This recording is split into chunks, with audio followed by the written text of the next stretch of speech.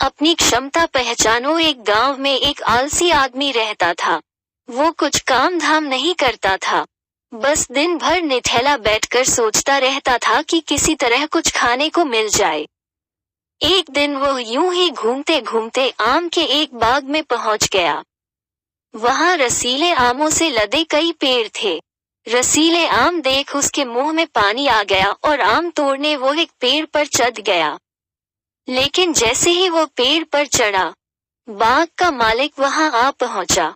बाग के मालिक को देख आलसी आदमी डर गया और जैसे तैसे पेड़ से उतरकर वहां से भाग खड़ा हुआ। भागते भागते वो गांव के बाहर स्थित जंगल में जा पहुंचा।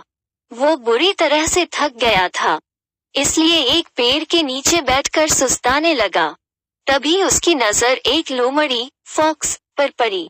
उस लोमड़ी की एक टांग टूटी हुई थी और वो लंगड़ा कर चल रही थी। लोमड़ी को देख आलसी आदमी सोचने लगा कि ऐसी हालत में भी इस जंगली जानवरों से भरे जंगल में ये लोमड़ी बच कैसे गई? इसका अब तक शिकार कैसे नहीं हुआ? जिज्ञासा में वो एक पेड़ पर चढ़ गया और वहां बैठकर देखने लगा कि अब इस लोमड़ी के साथ आगे क्या होगा। कुछ ही पल बीते थे कि पूरा जंगल शेर, लायन की भयंकर दहाड़ से गूंज उठा, जिसे सुनकर सारे जानवर डरकर भागने लगे।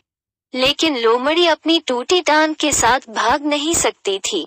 वो वहीं खड़ी रही। शेर लोमड़ी के पास आने लगा। आलसी आदमी ने सोचा कि अब शेर लोमड़ी को मारकर खा जाएगा, लेकिन आगे जो हुआ वो कुछ अजीब था। शेर लोमड़ी के पास पहुंचकर खड़ा हो गया। उसके मुंह में मांस का एक टुकड़ा था, जिसे उसने लोमड़ी के सामने गिरा दिया। लोमड़ी इत्मीनान से मांस के उस टुकड़े को खाने लगी। थोड़ी देर बाद शेर वहां से चला गया। ये घटना देख आलसी आदमी सोचने लगा कि भगवान सच में सर्वैसवा है। उसने धरती के समस्त प्राणियों के लिए, चाहे वो जानवर हो या इंसान, खाने पीने का प्रबंध कर रखा है। वो अपने घर लौट आया।